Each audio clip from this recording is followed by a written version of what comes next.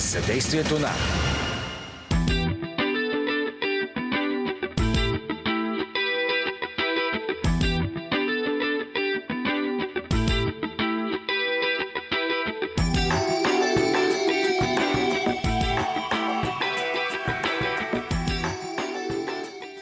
В летните измерения на месец септември, здравейте, уважаеми телевизионни зрители, добра стига, приятели! 13 септември, събота, 10 часа, започва предаването на брега на телевизия Черно море. Аз съм Кирил Аспарухов. Днес ще имам огромното удоволствие да разговарям с почетния жител на Варна, големият български режисьор, оставил трайна следа в драматичен театър Стоян Бъчваров, Станчо Станчев, и неговата духовна половинка, неговата муза, неговата партньорка в живота, носителката на награда Варна, една от емблематичните художнички на България, Дария Василянска. На брега ще ви срещна и с популярната, млада, обичана естрадна звезда Орлин Павлов. Но преди да ви пожелая приятно гледане и приобщаване към техните откровения, позволете ми по повод 95 години от рождението на големият български поет Веселин Ханчев да ви припомня едно от знаковите му стихотворения – Присъда. За да живея, трябва непрестанно по нещо да умира в мен самия. Осъждам ви на смърт чрез неприязън, приятелства в бедата уязвими, познанства край душите ми събрани, като на гости край една трапеза. Осъждам ви на смърт чрез равнодушие, измамни и примамливи желания, създадени от мен големи робства пред малки хора и пред малки цели. Осъждам ви на смърт чрез недоверие, лъжи, в които вярвах доверчиво, слънца от станиол, които взимах за истински слънца на хоризонта. Осъждам ви на смърт, за да живея. Веселин Ханчев. Жестока присъда. Аз се втурвам с моя екип в днешното съботно издание и с първата рубрика «Любопитен стол». Проследете я. Вълнувам се и заради вас, уважаеми телевизионни зрители, защото успях да изпълня поредна ваша мечта или молба, но тя е и моя. Да събера един до друг двама от маститите представители на духовния живот на Варна, на културата. Две осанки, които са различаеми по обясними причини. Той – режисьор на варненската драма, един от най-популярните и обичани режисьори от поколение театрали. Тя – невероятна актриса на платното. Тя – художничка. Където ли се движат, те имат уникални шапки. Ще ги познаете и по шапките. При това са почти винаги заедно, но обяснимо. Как може един до друг да бъдат толкова години наред и в културата, и в семейството Станчо Станчев и Дария Василянска. Затова от вашия именка, здравейте и добре дошли на брега на моето предаване. Това, че ми казахте да на интервюто, ми даде криле за полет. Лесно ли се съгласихте да гостувате в това предаване двамата?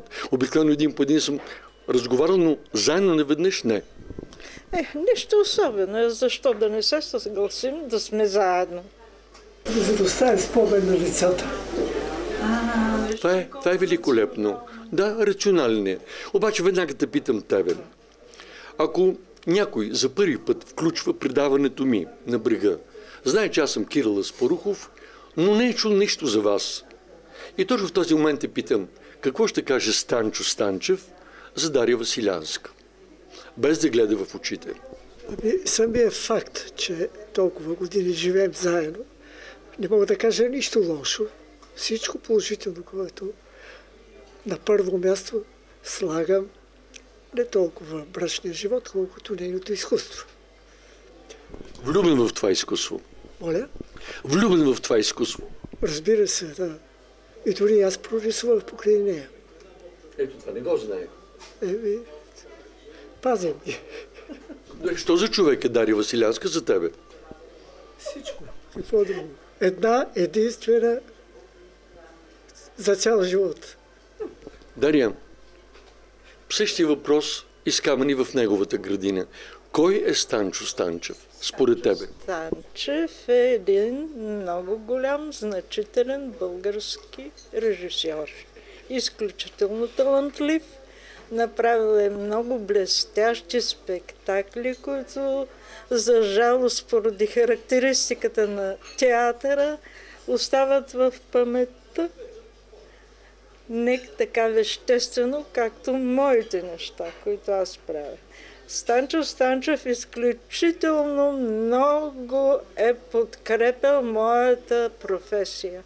Той не е, как да кажа, би било нормално в нашите български семейства жената да бъде малко така пренебрегната с нейните си занимания и обикновено мъжете с рационалното си мислене. Дайте мачка жената, мачкат. Да, така биха и пренебрегнали и попречили да се отдаде на това, което е нейният живот. А аз заявявам, че изкуството ми е моят живот и аз, кажи речи, друг нямам.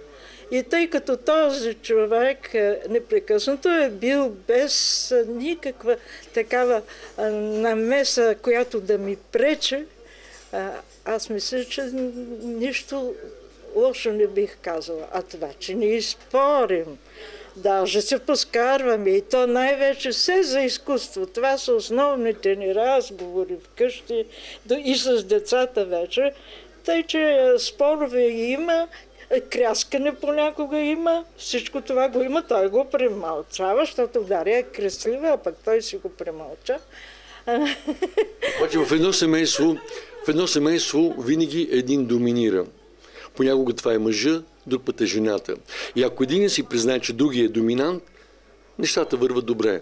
Но ако са два остри камъка и всеки иска да надделява, как е при тебе, Цанчо? Абе, не ми задавайте такива въпроси. Ще започна с това, че с Дария започнахме заедно театър, професионалната. Ти не знаеш тези факти. В Шумен тя влезе в театъра като декоративен художник. Нали? И правихме колко представления? 10? Аз имам 10 постановки театрални. Едната от тях е с... Значи първата среща творческа е била в Шумен, така ли? Случайно ли беше това? Ни най-малко. Ни най-малко не беше. Само не се карите. Кой пръв ще каже? Сега да кажа ли, че даже ние начинаещи, той начинаещ режисер и аз самоука сценограф, получихме една много значителна награда. Но какъв преглед беше то? Коя беше постановката? Криворазбраната цивилизация в Шумен. Там беше назначен той в Шумен. А ти как успя да откриеш Дария? След многото актриси, женоя... Тя сама дойде при мен. Господ я прати. Случайно, наистина, но аз се появих. Както тя пише в своите спомени, един много хубав период е бил този случай в София, още студенти. Колко време така регинувахте, мумувахте и се стигне до момента да станете семейна двойка? Кой предприе първата крачка, ти или тя? Това има ли значение? За мен има значение. Може би двамата се стремяхме.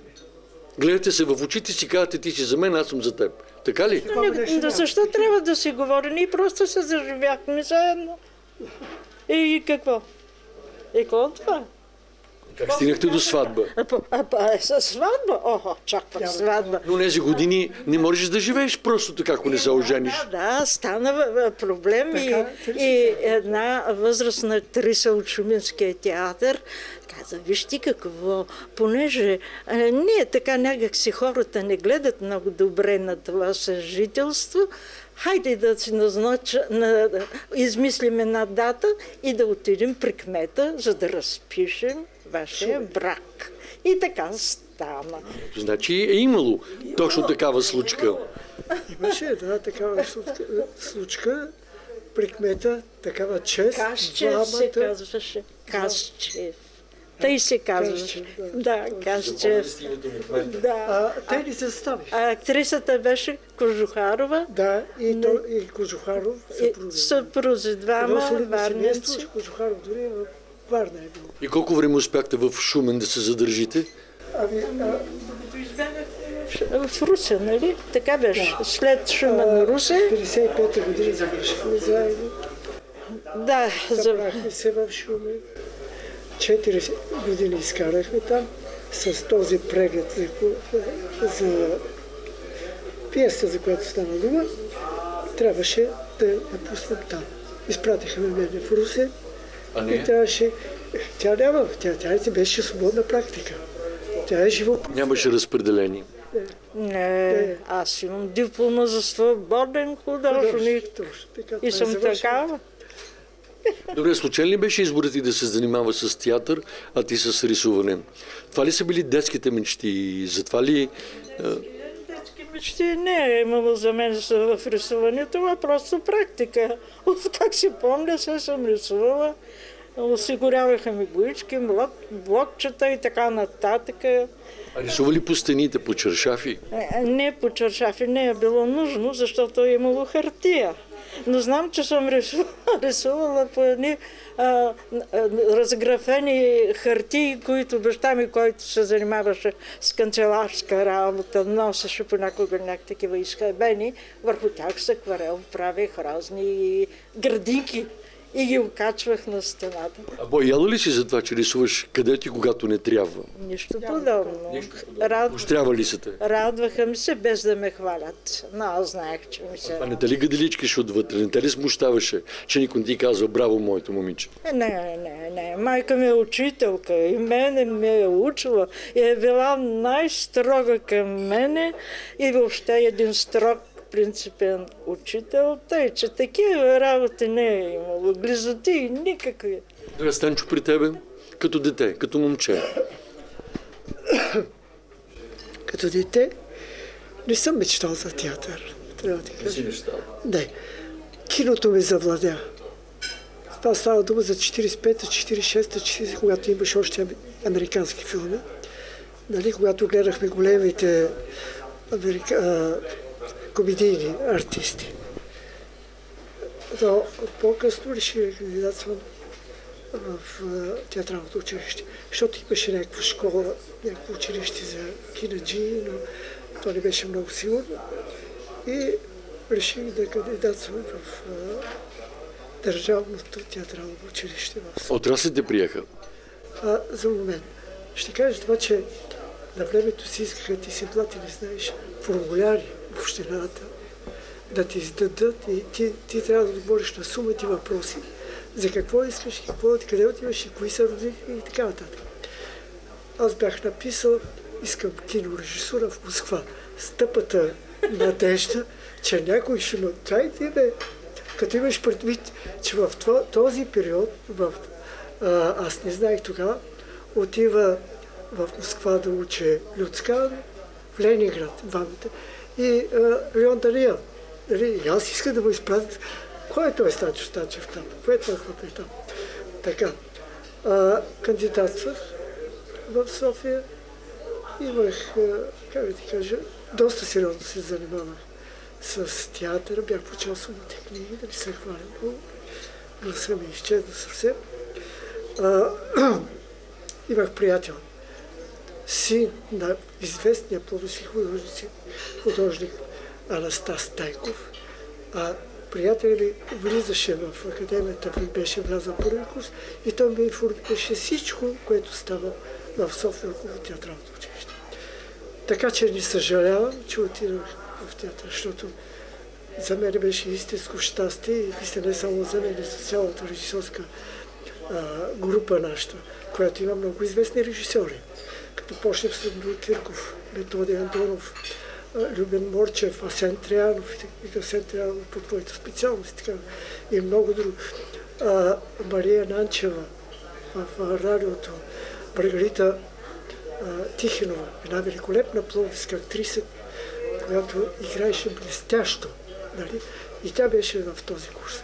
Така че попаднахме при Боян Бановски. Но после си се разви режисьорското въображение. Какво ли не си поставил не само на варненска сцена? Това са над 50 заглавия. Много повече. Над 100. 100. Така. Не знам защо, но аз си отделям за себе си Полет над Куковиче гнездо. Не знам защо. Може би, защото гледах филми и се оказа, че варненската постановка е много по-внушителна, много по-убедителна като актьорска игра. Че там играеше Джак Никълсън. Тук имаше Мишо Мотав, имаше Веско Цанев, имаше Пенка Бочкова. Беше жестоко. После да не говоря за гама-лъчите, влиянието на гама-лъчите върху лунните невени. Там успя да покажеш една актриса от варненската магия, която игра без реплика. Още се беше появил филма "Ставене Коконова, момчето си и отива". Актриса я познавах от Шумен. Бяхме заедно в Шумен. Тя играеше Леди Милфорд. Великолепно играеше. Аз си правих портрет на Леди Милфорд. Лина Кирпикова. Точно тази Лина Кирпикова. Лина Кирпикова, един интелигентен човек. Интелигентен, талантлив, прекрасен. Прекрасно. Оставила трайна следа. Сега признай ми, Дария Василянска, ти като зрител на негови постановки, позволявал ли си нелицеприятна критика, унищожителна? Не е имало нужда. Как унищожително? Аз виждах всичко, което прави той. Той има интерес. Всичко, което прави е наситено с фантазия и с смисъл. Нещо, което мен много ми е нужно, когато гледам изкуство от всички жанрови, да има смисъл. А той беше посветен на това да каже нещо, което е значимо и добро, да го каже на публиката. А той питал ли те как да направи тази сцена? Как да подходи към еди кой си актьор или актрис? Задавай тези въпроси. Ние сме сядали, тя е правила декорацията при мен толкова постановки. Да, но не на всички. Тя ми е давала... Тя ми е Почти на давала... всички. И за тази заграда, която получих. Без... Не, но така стигам до въпроса, приемаш ли, че тя е била твоята муза? Твоята неизбежна, хубава муза? Да, всеки си има муза. Каца на рамото и прави чудеса. Тя сегодня муза. Ти каза, моята муза, да. не ми зададе преди този въпрос. Аз ти казах тогава, музата ми още диша. Не е било нужно да ме питаш, защото аз съм го казвала без да ме питат. Това, което съм усетила, че е направил. Аз съм му казвала непрекъснато в целия период, когато съм имала възможност да надникна в него. Била си неговия лакмус с една дума. Да, но сега пък питам тебе. На толкова много изложби, които е правила Дария Василянска, не само във Варна, къде ли не, че и в чужбина, ти как си подходил към нейните картини? Защото една с друга не могат да бъдат съпоставени. Едната винаги доминира на другата. В едната цветовете имат по-добро разположение и игра на цветовете. Фигурите, нейните животни, да не говори за стигналите пози на момичета, на жени.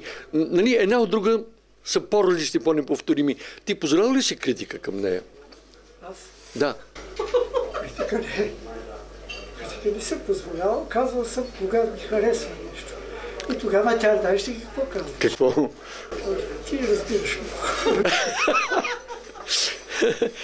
Мама мия. Аз искам да ми казва кога не харесва, но той никога не казва кога не харесва. И се си измъква. Все по нещо харесва в картината. Когато харесва, тогава се изказва и иначе отминава. Тук проблема е такъв. Че аз усещам едни неща по-иначе, тя усеща други неща по-иначе. И затова не съм и бил полезен, но в едно отношение бях полезен. Както понякога тя казва... Добре, един болезен въпрос. Идей, ще ви чакам. Изчаквам. Както тя казва, понякога... Хамалин. Бъкнал съм картините до София и така. Ти в ролята на Хамалин. Да. Така е. Било неизбежно. Но сега един болезнен въпрос. Опитаха се да пенсионират много творци преди години. Намериха си там законово основание, пенсионираха ги. Популярни, обичани актьори, актриси, режисьори, заслужили народни артисти и нямат работа. Много от тях свършиха безславно пътя си, ако ще са оставили трайна следа. На художника не могат да забранят да рисува. Той просто си рисува. Дори на преклонна възраст да бъде, дори отнесен от вихра, той рисува върху платното. В това отношение Дария Василянска е щастлива. Виж как се усмихва щастливо. Но питам тебе, ти, който последната си постановка преди колко години беше? Една френска пиеса, един клас с Борис Луканов и оттам нататък ти не си направил нищо. Аз съм сигурен, че още ти се режисира. Искаш да правиш още театрални чудеса. Мисля, този период е много труден за мен. Слава Богу, че в кукления театър Златив ми даде възможност да направя постановките. 2 постановки или 3 бяха. Подземието беше. Подземието. А другото беше в фестивалния ли беше? Не. Не помня. И как се казваше този, руската пиеса. Стенчо не знам. Не помня заглавията. Забравям ги вече. Ми даде възможност да работя. И аз затова нямаше такъв трагичен преход от това, че... На мълчание и на застой в Паяжина. И общо взето поставих това. Ами учителя? Това имах учители, да, аз го казах. Да. На сцена филиал. На самата сцена беше. Не се заяждам, но питам. Имате толкова житейски и творчески натрупвания. И тя, и ти. Време ли да се появи нещо написано на бял лист? Спомните ли са толкова много? Имена на актьори, режисьори, актриси, художници, какво ли не? При всички положения имате и неповторими мигове. Да не говоря за отличията, които сте получавали през годините. Ти в това число и почетен жител на Варна, който е една престижна награда. Да не говоря за отличията на Дария Василевска. Тя ми каза да не ги цитирам, а те са много. Затова питам. Аз съм пловдивски жител, пловдивско майне. Майна. А почетен гражданин на Варна. А почетен гражданин. Майничка такава. А Дария, твой корен откъде е тръгнал? Аз съм родена тук, но моя корен е много сложен и ако трябва да говоря за него, ще се пообъркат нещата. Баща ми е от Донецк. Донецк? Да. Да. Почва да ми става обяснимо. Стихията, наречена Дария. Не виж, никаква стихия. Дядо ми е дярбекирски заточеник. Баба ми е Котленка, грамотна, образована жена. Войчо ми е журналистът Александър Бегажев, известен и така нататък. А татко се е появил в двора на бабини и вече и в къщата им, тъй като в този двор са се варяли чорби за обяд на пристигащите от бягащи от революцията руснаци, които Войчо ми е посрещал на пристанището и си ги е водил вкъщи да ги хранят. Русофили. Децата им са с Николай, Александър, Елисавета и една... Дария. Дария е майката на баща ми, която аз не съм виждала, освен на една фотография огромна. Дария, това е толкова красиво, което разказваш. Неволно искам да го видя. Аз просто го виждам написано на бял лист. Ами, то е написано, но написано за моите деца, не за да го разпространя. Това може да види бял свят и като художествен роман. Като се умра, може и да види някъде бял свят. За сега никакви такива намерения нямам. Много хубаво си хортуваме, отпиваме глътка кафе. Времето неумолимо напредва към края на това предаване. Аз искам да сложа точка, но нека да се опитам на финала да предизвикам нещо, което не съм ви питал, а отвътре като болка. Едното е сигурно свързано с Варна, европейска столица на културата. Не мога да не питам за това, защото осъмвам и си лягам с тази надежда, а колкото повече идва срока за това обявяване, аз съм обезверен. Ако че Варна за мен отдавна европейски град, но дали ще стане европейска столица на културата? Какво смята Дария? Аз казах какво смятам на новия кмет, когато ми окачваше ордена. Няма да стане. Защо, Дария? Много е далеч от изобщо от град, който може да се нарече град на културата. Имаме най-много фестивали, културни учреждения, какво ли не? Фестивалите не правят културата на града. Културата на града трябва да се диша ежедневно от хората, които живеят в този град. А при нас нещата са страшно увредени в тая посока. С моя дълъг живот аз имам спомени от времена, когато даже още от моето гимназиални години, от преди 9 септември, че тук съвсем другояче се живееше. С каските, с филмите, хората бяха ангажирани с културните събития на Варна, с художниците бохеми на Варна, които едва сега ги изравят, нали, и ги честват, след като 100 години, откакто са били родени. Ако тук има някакво време, аз бих изброила веднага нещата, които са срамни за един град, който си мисли, че може да стане. Едно поне кажи. Примерно това, с което се сблъсках вече 3 години минаха от това. Как боядисаха скулптурите на единствения класически фонтан в морската градина, с бяло ги варосаха, защото били вече патинирани. Това е толкова, как да кажа, престъпно варварство, толкова престъпно. Да не говорим как го нашариха първо с бански лъскави синички, плочици, как боядисват безогледно циментените бордури на този хубав булевар към градината. Може ли да се боядисва цимент, да се оцветява допълнително? Каква безвкусица е с оцветяването на старите къщи? Какви невероятни тони. Ако се върнем за миг в Пловдив, на централната улица, картината е съвсем друга. Съвършено друга, разбира се. Боли за Варна, за сметка на Пловдив. Тук няма пластика. Всичко се разруши. На Роша Първескинята направо с Теслая струшиха. Горе пред 68-ми блок на Чайка. Какво да говорим? Колко пъти добре, виждам, че те боли за тези неща. Чупиха ръката на Коперник, на Далчев пред... Едно великолепно произведение пред обсерваторията. Изключително, великолепно. Другите неща, които от разните симпозии, които имаше преди за пластика, в градината поставени, изчезнаха, няма ги. Не ми се говори. Добре, не отваряме скопката и от Станчо Станчев. За Варна, европейска столица на културата. Тя е почти обезверена и не вярва. Ти? Аз съм сигурна, че няма. Сигурна. Аз да повторя далее и общо взето мисля по един начин, от една страна. Смисъла на това културна столица на Варна не е да каним софийските артисти, другите ансамбли. Това е страничната дейност. Другата дейност да се хвърлят средства, което ми каза, да не се повторя. Не, аз не казах всъщност главното.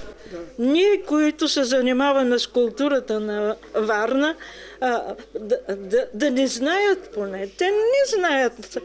Непрекъснато сменящи се разни партийни деятели. Как унищожиха един готов художнически квартал? Как е възможно? Всеки град на културата в Европа има такъв атракционен квартал. Говоря за Вулкан. И какво направиха? Нищо. Как изоставиха къщата на художниците? Даже сега новата кметица по културата ми пита, тя съществува ли още? Щом аз съществувам, значи съществува. Аз там живея, там работя. Аз влязох в нея преди да я завършат, понеже той заминаваше и ми помогна да се принеса. И така... Добре, виждам болка. Още нещо. Аз предложих на бившия кмет. Аз кореспондирах с него. Той не ми отговаряше, но кореспондирах. Всички тия неща аз ги казвах своевременно. Предложих на тая знаменита дупка, която стана сега 5 пъти по-голяма, отколкото беше, че това е вероятно мястото за една истинска концертна зала и опера. Това е мястото, а не Франгабаир. Защото всички хубави места за тези институции, важни, за да има култура в един град, а не само фестивалите. Идват и си отиват и с това свършва. Позволете ми кратки въпроси с кратки отговори. Доволни ли сте от следата, която оставате във Варна, като творци? Ти като художник, той като режисьор. Следата, която оставям, аз не знам оставям ли следа, аз оставям картини.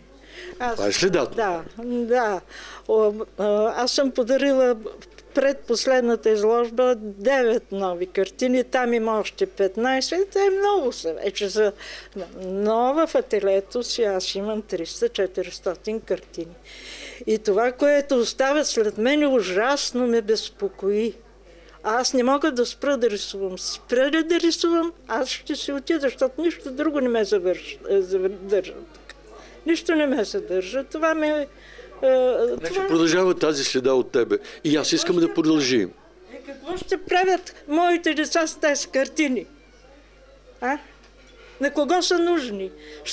Щом не са нужни, те стоят там, натрупани. Аз искам само да се вмъкна, че тук с тая къща на художниците и писателите нещата са ужасни. Трагични сцени. Да, тя се саморазрушава. Един областен управител беше решил да изгони художниците, да изгони и писателите и да прати съдия-изпълнител да ги чупи отвън. Това са минали истории, които съкрушиха здравето. Същевременно в Пловдив художниците, които имат някакво значение за самия Пловдив, имат, да не говоря за Енчо Пиронков, цяла къща му е дадена. И другите художници имат такива, където има къща на художниците. И сега тук точно тази сграда е занемарена. Допълвам. Никой не се греши за нея. Украдени са всъщност медните. И много апетити растяха. Първо беше не знам какво, след това... В момента е забравена Станчо. Не се връща и на старите глупости. Да, точно това, защото добре, иначе може да стане. отивам към финал. Аз се чудя какво да ви питам за финал. Думичката, без която не можеш. Оптимизъм. Оптимизъм? Не съм вече оптимистка, но...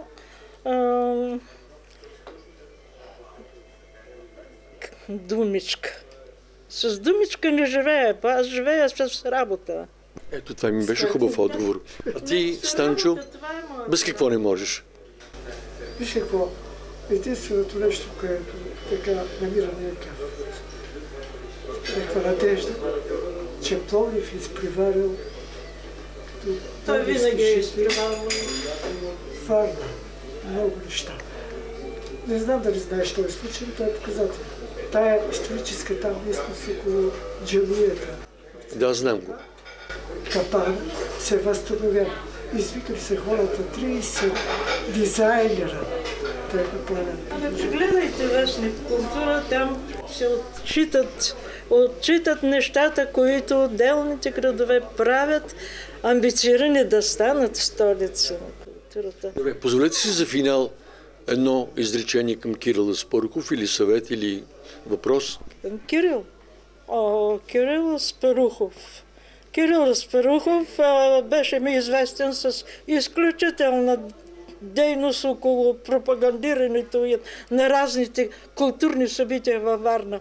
Но аз прочетох неговите стихове и съм изключително, как да кажа, възхитена, не се срамувам, не съм специалист литератор, но аз знам, че това е поезия. Проста, истинска, преживяна, без всякакви претенции да шашни някого, но преживяна. А преживяването, това е нещото, което прави нещата изкуство. Много ти благодаря за това откровение. Така, толкова мила връзка. Закачките ми напомниха за Смирненски. А тая честота за родното място, за майката, за приятелите. Валзов, прекрасните стихове, малка, спретната каштурка. Благодаря ти. Майна, сладка и така нататък. Така е звучало. Благодаря ти. Станчо, ти? Аз бих казал, че този разговор е доста стихиен, който водим. Казваме много неща. Може би трябваше да бъде организиран от тебе в една точна посока. Благодаря и на двамата. Отпиваме поредна глътка и се надявам, че ще имам продължение на това интервю, защото не ви питах за още много неща. Но съм оптимистично настроен за вас, защото ви уважавам като творци, като семейна двойка.